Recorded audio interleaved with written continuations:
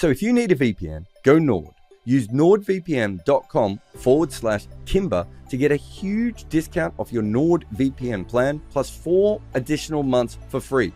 It's completely risk-free with Nord's 30-day money-back guarantee.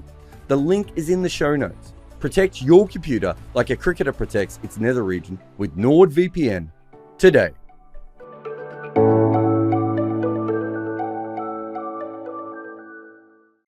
Can you give me your name and job title, please? Estelle Vasudevan, and I'm currently a freelance sports content creator. Are you, or do you work for me? I feel like you should have said that you worked for me there. I feel like, I don't know, a couple of you have come on my podcast and slighted me straight away, but that's what I expected you to do, so that's fine. We're going to talk about the Australian women's team because they're not as good as they used to be. I think we can argue about this, but they're not like unbeatable anymore, I think is the best way of looking at it. So I looked at the last 12 months. They've lost 5 T20s, 1 test, and 3 ODIs. But if you look at just since they won that test in England, I think it was at Nottingham, they lost a test in India, and they have won 7 of their last 12 T20 internationals. And the ODI record is still pretty good. They've won 10 of the last 13. I think for most teams, this would be a great record, right? But I think it's quite fair to say in the last 8 months, the Australian women's team have not looked as dominant as they once did. Is that fair?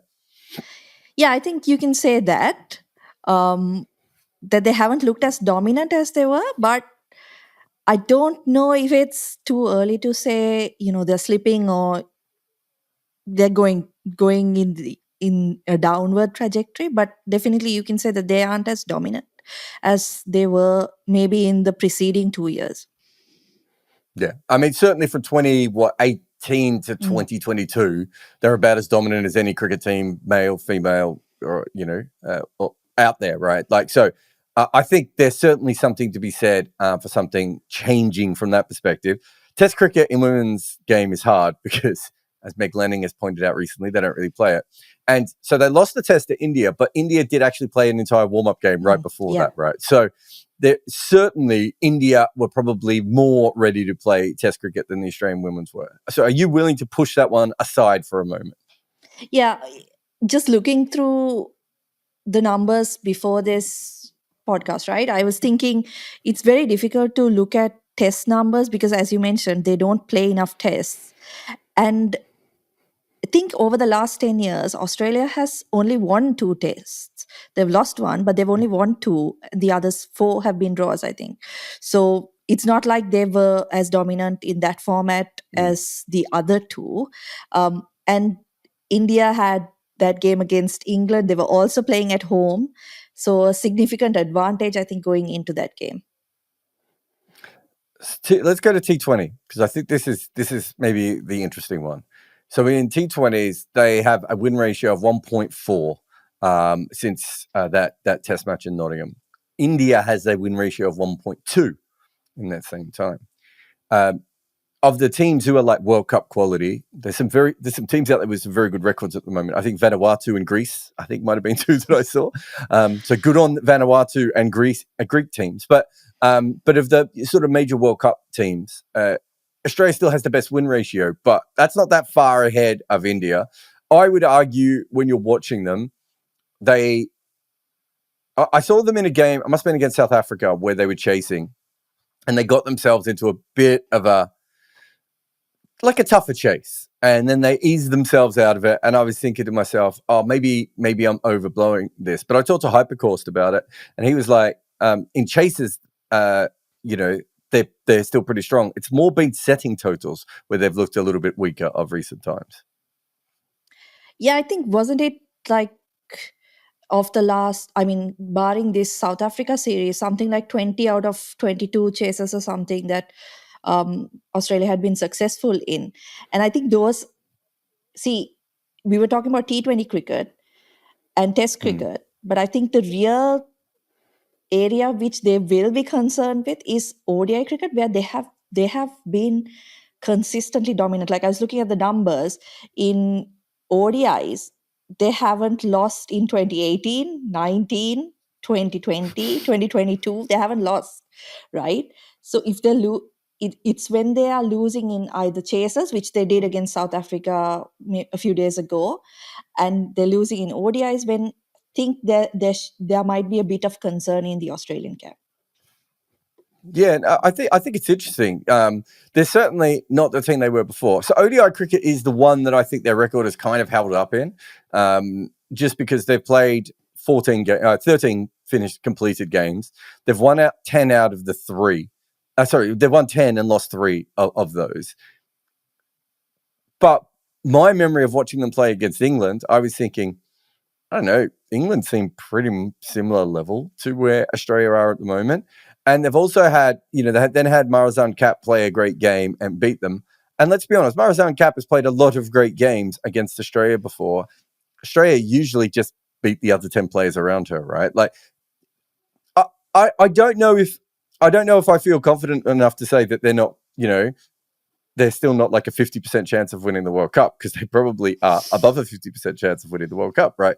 But I also, the more I've watched and the more I've been thinking about this team and looking at the numbers as well, they don't look as strong as they did before, even if 10-3 still seems like a fantastic record. But as you said, there are other years when they haven't lost any games. So 10-3 is actually a slip for this team. Yeah, it is. And if you look at the numbers, as you said, over the last 2 years, and we have to talk about Lanning, right? Because if we are saying, and we did a piece on this for the channel as well, if we are saying that she is one of the greatest to play the game, certainly one of the greatest batters of this era at least, then if they don't miss her, that's strange, right?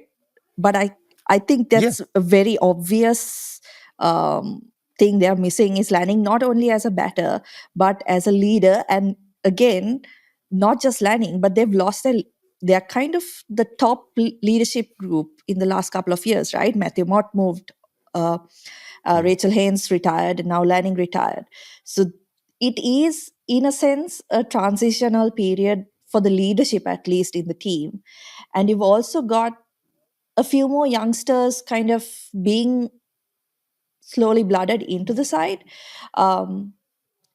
It's a tough one to call. Like, just thinking about this podcast, I don't know if you can say they're slipping, but maybe it's more of a dip than a slip, like a dip in form, or I just so you know, I'm going to come up with the most provocative title for this podcast and put your name at the end of it.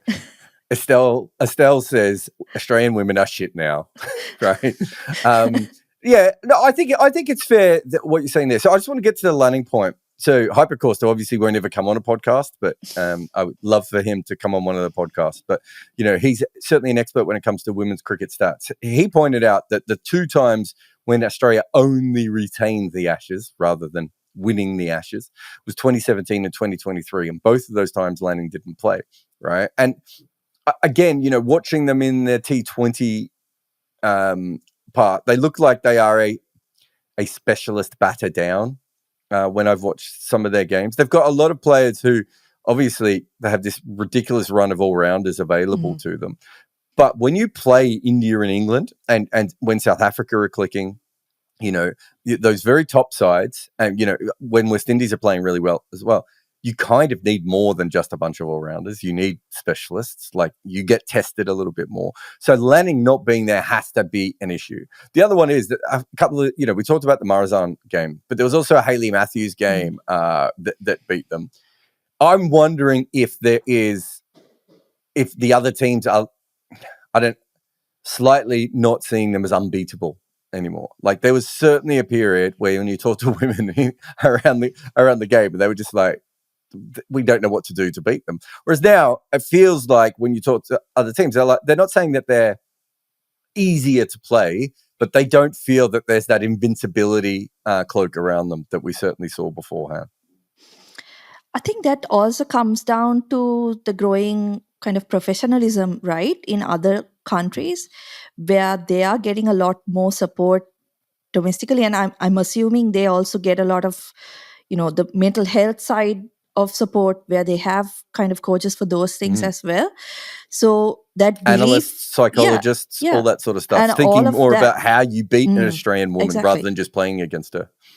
Yeah, because a lot of teams in the lower levels depend on, out and out talent alone, right? And we've seen that even with two of the teams you mentioned in South Africa and West Indies, where there have been a lot of instances where it's been just Hayley Matthews or just Deandra Dottin or just Stefani Taylor putting up an incredible performance, but still falling short. Same with Cap, right? But now I think it's more to do with those teams that the belief is growing. I'm going to fight you on the Australia slipping part, obviously. So I think it's more to do with those teams I kind of thought, growing. if I remember correctly, you said they're shit now. Did you not say that? Never. You said they're finished. They're a flash in the pan. No one will remember them. Is that not the words you said? I wouldn't dare say that. Well, I mean, I covered them a lot more kind of just before they got good. So I covered them a lot around 2016 and 2017, which is kind of funny now because like that is actually like when they really struggled. And I thought they were pretty good then, if we're being honest. But so I was at both the games that they lost, the 2016 final. Final? Yeah, it was the final, wasn't it? 2016 final and 2017 semi-final. And I felt at that stage that they were not, obviously the professionalism had already started to kick in and you could see that they were, that they had a lot of talent. But I felt like they didn't really have like a unity or a purpose or a, they were playing games rather than going into them. And I think after that period with Mott and Lanning, I think they changed from just being a very good team to being the machine that they end up becoming.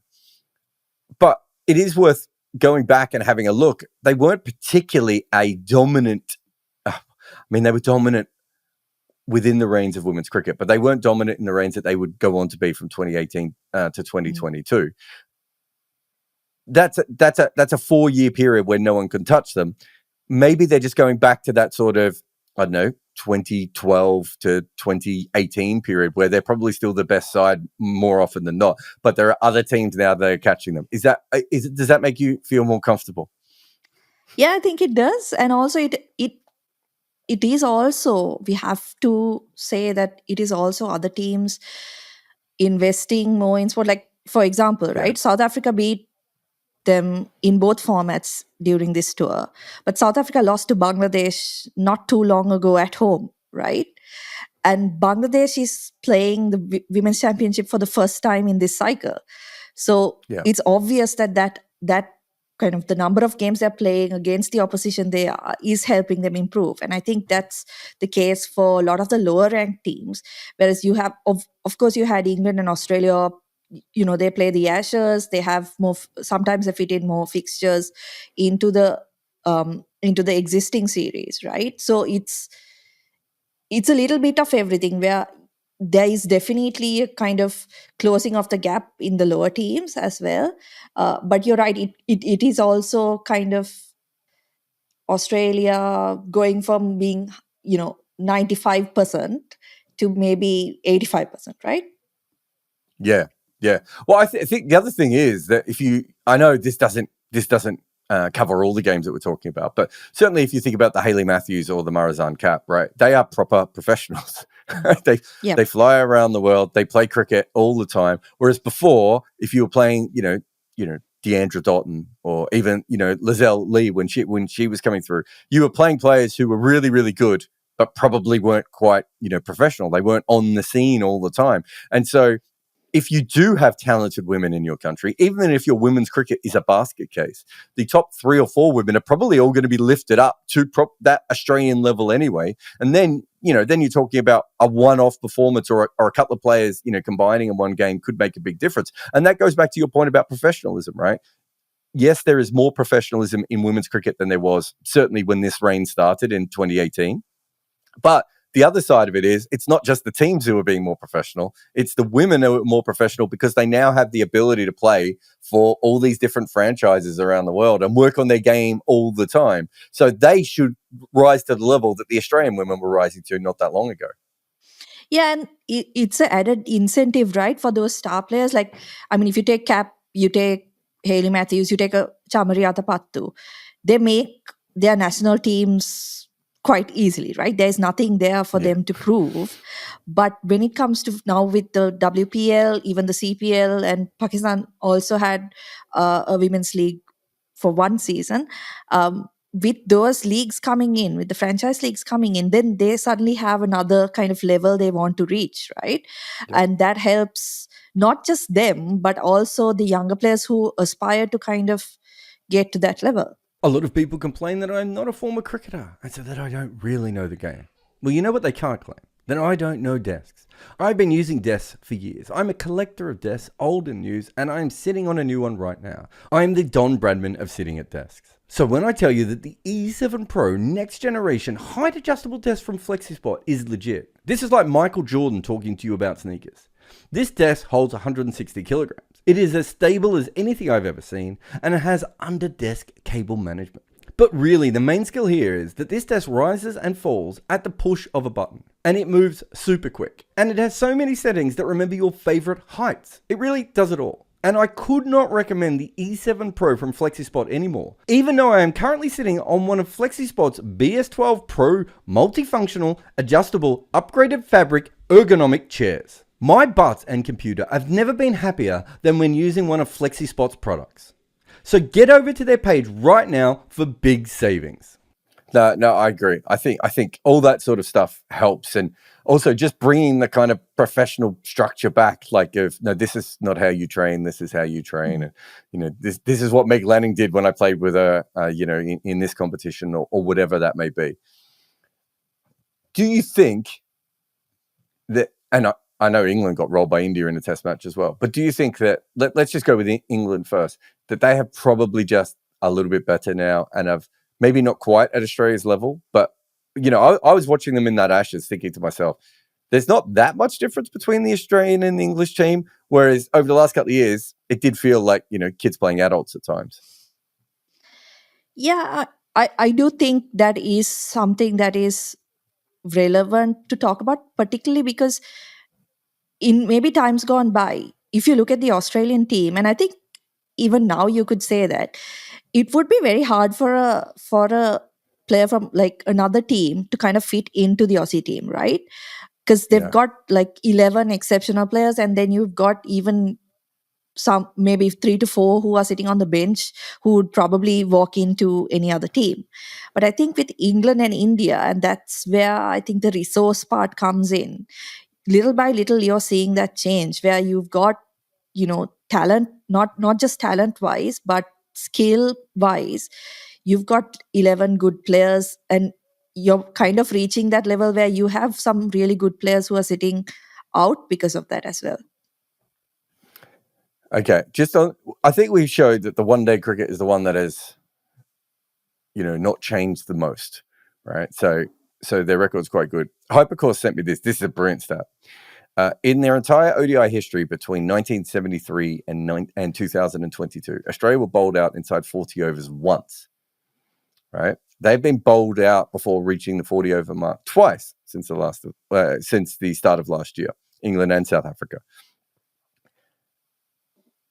I wonder if, go back to my point, and I will explain why I'm coming up with this in a minute, but go back to my point. You take Meg Lanning out of that side, right? We know that you can't replace her anyway. There isn't, directly a Meg Lanning who's going to come in. But there has been an over-dependence on all-rounders because they've been getting away with it, right? Like, they go into every game with, 8 bowling options, right?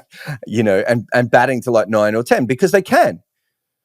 If the other teams do get slightly better, maybe we will see a few more collapses. Is this me projecting, or do you see something in this as well? I think that's a difficult one to call, right? Because even the all-rounders, like you've got players like Tahlia McGrath, who as batters are pretty high up there, right? I do think it's also a bit of, like I mentioned, a transitional stage, and also they do seem to move players up and down the order.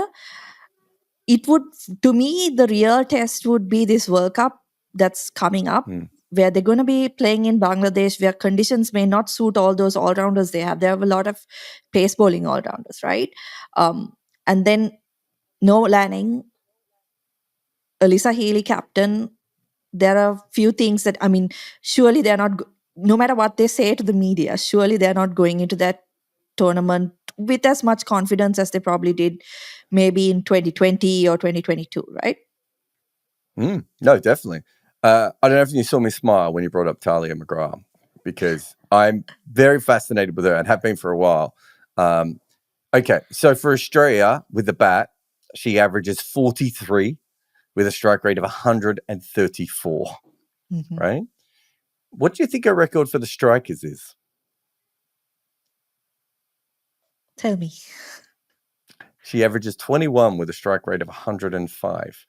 And I thought, oh, maybe that might just be because she was picked when she was younger, and so, for the strikers, whereas she reached peak age when she started playing for Australia.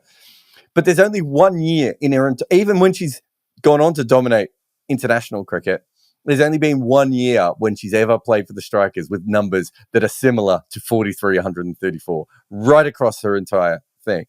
And so I want to, I'll look at her bowling as well, just so you can understand as well. So her bowling average for Australia is 22, and her bowling average for the strikers is 25. So again, she has a better bowling average when she's playing for Australia than she does for the strikers. The only thing that's worse in her international record is her economy. She's about 1.5 runs and over worse when she bowls for Australia than anywhere else.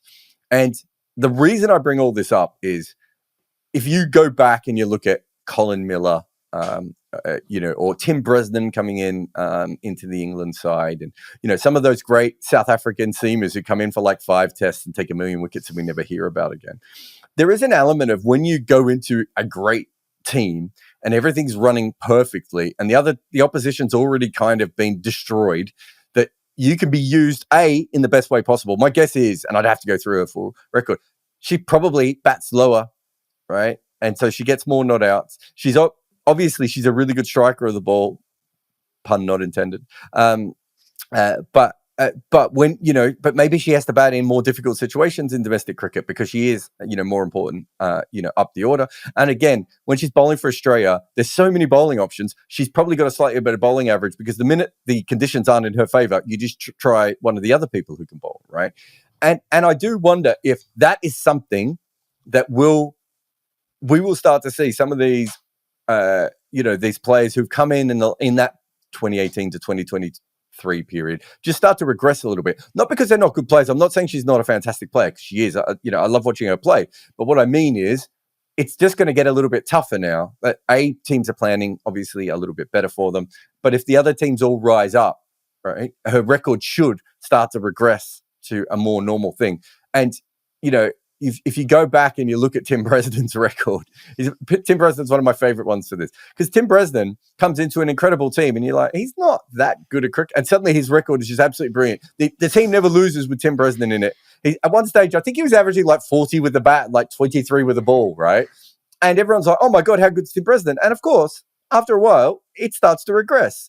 And I do think that, there is an element of this, that some of those Australian women have been carried by great players around them, right? And perhaps as other teams' great players start to, to come on board, and the professionalism of those players at the bottom end starts to go up, we might not see that sort of thing anymore. So we might not see someone who averages, twice what they do for Australia as they do for the strikers with a huge strike rate. Like, and she might still average 35, right? And maybe her strike rate comes down to 120. She's still going to be an above average player. But you know from talking to women cricketers the same way that I do, their big thing before was it never stops, right? You get this person out and then the next person comes in and she smashes you everywhere. Or you hit this bowler out of the attack and they bring a better bowler on to bowl to you, right? I did that thing for the last World Cup about the leg spinners. Like, they left like 2 or 3 great leg spinners at home because they didn't need them. Right? Like, they had so many great options available to them. And at the big thing with the professionalism of women's cricket is really, and why we know that the Australian women were so much better, is all the players rose a level because of the professionalism, right? Like, and it wasn't that their stars were so much greater than the English or the Indian or the South African stars, because we know that that's not as true. But what we did know is the 8th best player and the 14th best player and the 18th best player from the Australian team was way better. I wonder if that's the bit we start to see, and that will just bring in the more consistent losses.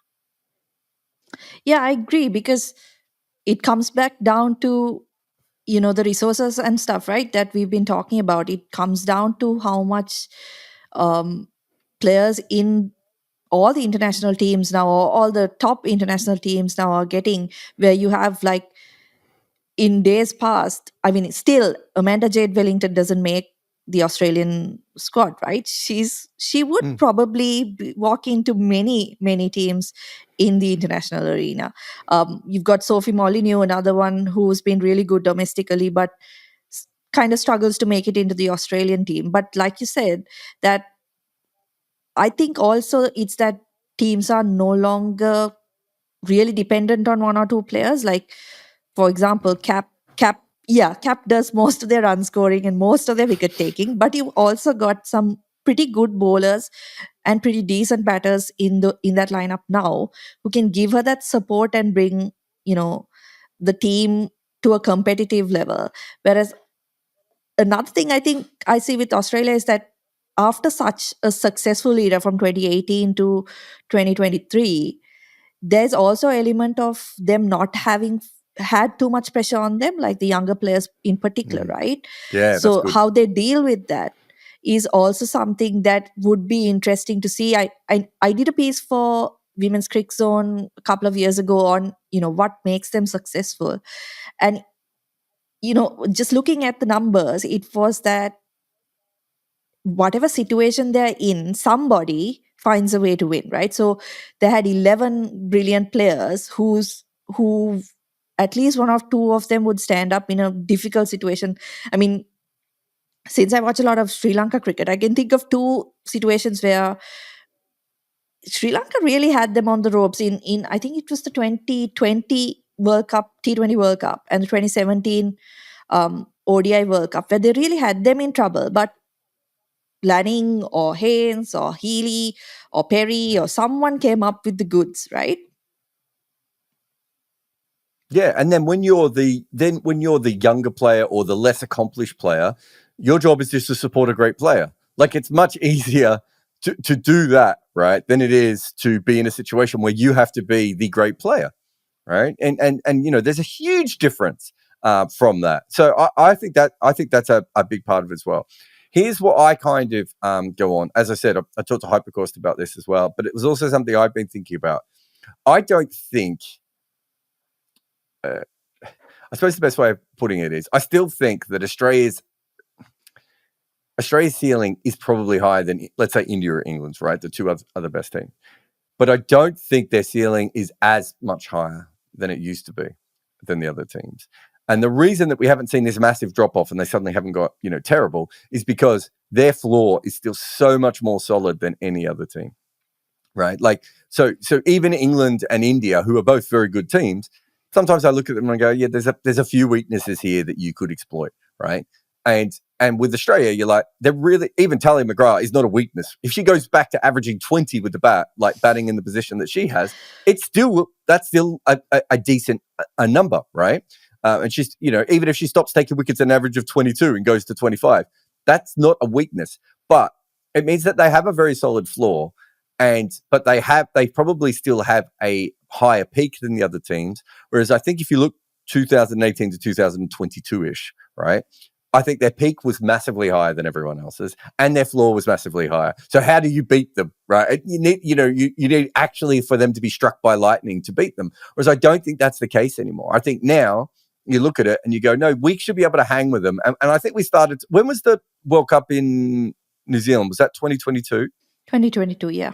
End of 2022. Yeah, that was about the time I started watching them and going, they're just not quite at that same level that they were before. They were still the best team around.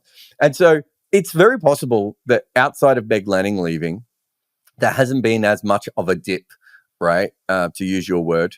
But it is also very possible that just because there is professional women's cricket now played in India and England, and because so many of the other internationals are now getting, access, we know we've got this new tournament in Sri Lanka coming up, and, there was fair break for a couple of years as well. There was a few different things going on that everyone is actually lifting themselves up a little bit more. And so that might be what we're seeing rather than Australia be worse. We might be seeing Australia be maybe roughly the same or maybe not quite as good, but everyone else just reaching their level.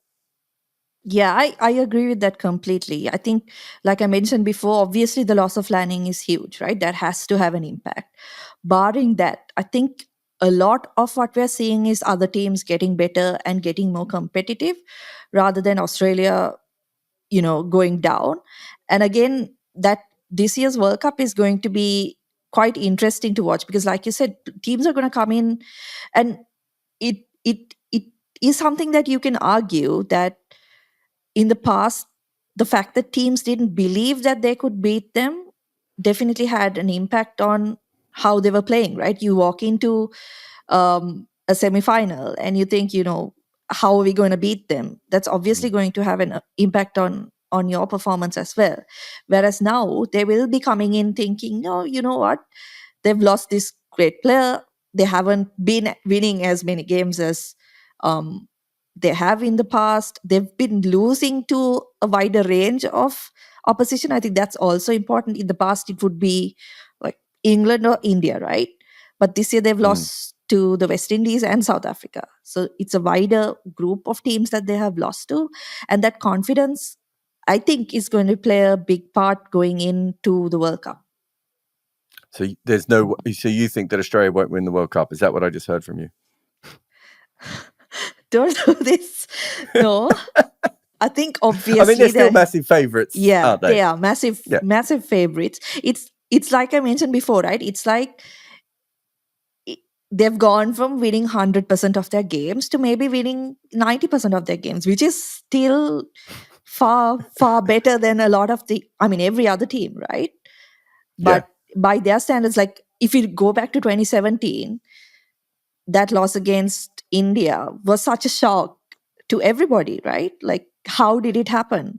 And particularly because in that tournament, they'd been destroyed by two batters. Like, Atapattu went after them in one game, but Sri Lanka just didn't have the other players to kind of stay up with them, and Lanning played brilliant innings. But the same thing happened in the semi-final, right? So one-off, you could explain it away, but at that point, it was a huge surprise that this was happening to this Australian team.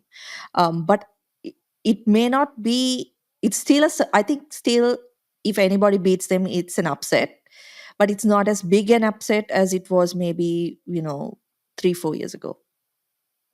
Thank you very much for coming on the show. Thanks for having me. Thanks to the kind folks at FlexiSpot for looking after my office and my butt by sending me their E7 Pro desk that save your favorite desk heights at a touch of a button. You don't have to crank anything. This thing just finds the height that you like and you can work. And their BS12 Pro chair that supports my posterior while I'm recording, this ad and all my shows. If you need great desks, especially ones that change heights or the best quality chairs, head on over to FlexiSpot today.